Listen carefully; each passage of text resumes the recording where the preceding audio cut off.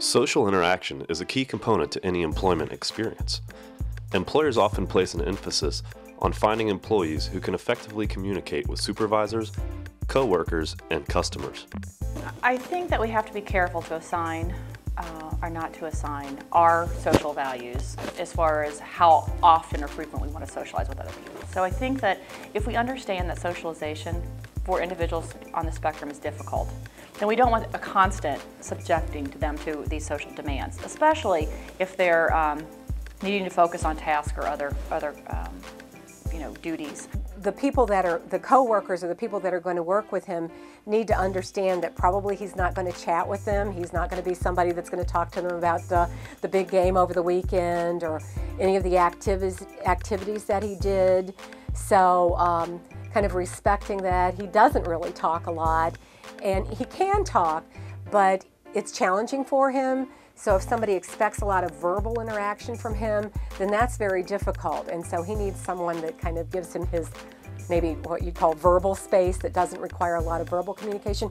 On the other hand, he doesn't mind being around you talking. He doesn't mind other people talking. He just doesn't want to have to talk himself a whole lot.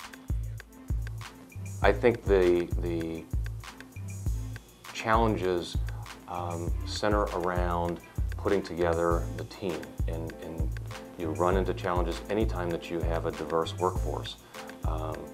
Getting them all to work well together and to accomplish the goal is the biggest challenge, and every team is a little bit different. So you have to look at each team and try to ensure that you've got the right people in the right position and that the team can function. It gave them a chance to work in team environments they don't normally get to work with, and they actually rose to the occasion often. And it was even somewhat surprising, I think, to the J&J team at first to see how well they excelled at it. As an employer, your employees with autism can benefit from planned conversations in which the unwritten social rules of work are made concrete. When discussing these topics, be as specific as possible.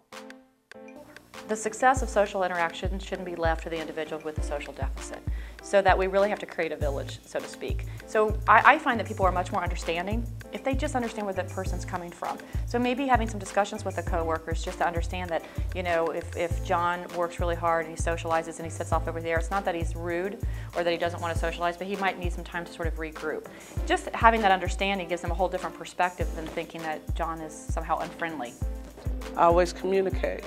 Just having conversations with them to let them know that this is what you're here for, and make sure you do X, Y, Z, so that you let them know that there is a system, there is a way in which they should do certain tasks, and just following up with them constantly.